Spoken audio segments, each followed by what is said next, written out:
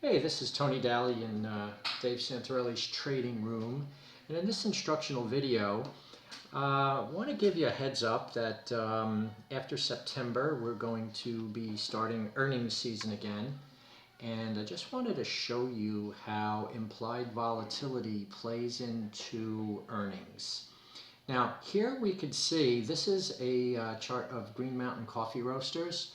And as you know, Green Mountain missed earnings the last time and it really dropped off and it took a big dive, and you can see that in the chart here. But let's look at implied volatility. Back in June, implied volatility was sitting at a low range relative to itself, and then we could see that implied volatility starts to rise as prices come down. So that's due to the fear and the uncertainty when people start losing money and they start generating a lot of call and put options on both the long and short side. It raises the volatility and price predictability changes, so the implied volatility starts to rise. What that means is that option premiums go up. So if you are a call or a put buyer, you're going to pay more money when volatility is high. So now we could see in the case of Green Mountain Coffee Roasters, it basically stayed high as we were approaching earnings. This is the earnings event. This is the Thinkorswim platform, which shows you when earnings is going to occur. And on the day of earnings, the unknown became known, the prices dropped off, and you could look and see how volatility dropped off also. That's known as volatility crush. And then basically, since the stock sold off, it's been fairly volatile, so we could see it's been holding in the middle range. Now, I use this when I try to gauge whether the prices of options are expensive or not. But again, that's a relative number and it's only relative to itself. So what I'm going to do now is I'm going to exaggerate this by pulling it in and showing you over several earnings cycle how this phenomena occurs.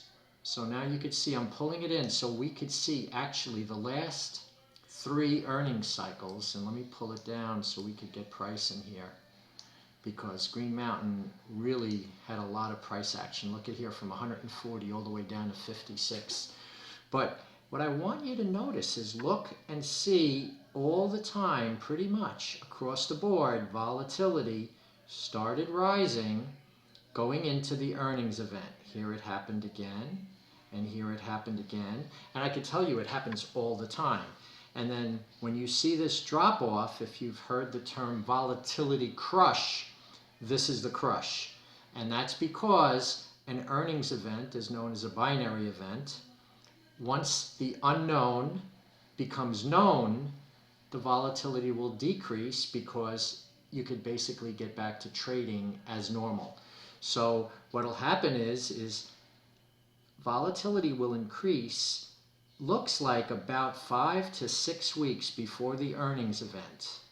And you can see that's pretty much across the board here. So what you could do is, how do you trade this? Well, we know option premiums are going to rise going into the earnings event. Now, when option premiums rise, that means that the price of calls and puts go up. So what would happen if about 4 or 5 weeks before the earnings event, we were to buy an option, either a call or a put, or even a straddle, because we don't know what the direction is going to be, and then just hold on to it for a while because of the normal occurrence of option premium rising as volatility increases, benefits the call buyer and the put buyer.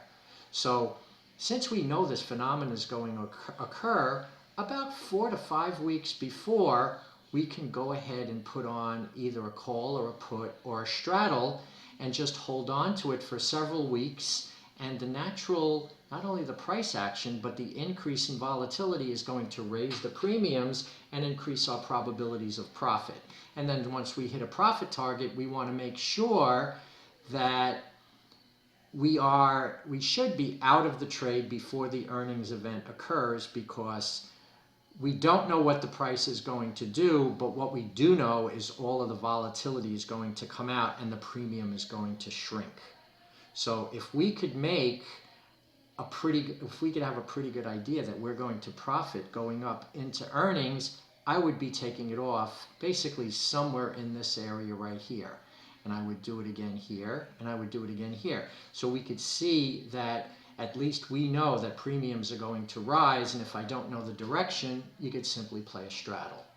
So that's basically how it works, is we're playing the volatility increase approaching earnings. And let's take a look at one more stock just for the heck of it. Let's look at Facebook. And we could see, not as dramatic, but you could see the same thing. Look at it over here with the earnings event right around the beginning of August, but look what happens around July. You can see implied volatility start to rise, which is going to bring those premiums up. So if we were to buy a call option right here, there's a very good chance it would be worth a lot more heading right into the earnings event. And then, of course, I would take it off here and not subject myself to the unknown of the effect of the earnings.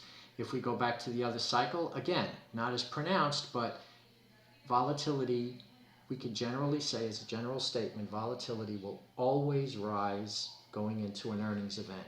And because we know that's going to happen, we could take advantage of it by buying either a call, a put, or a combination, straddle or strangle. So anything that's long vega, which is going to increase due to an increase in volatility. Okay?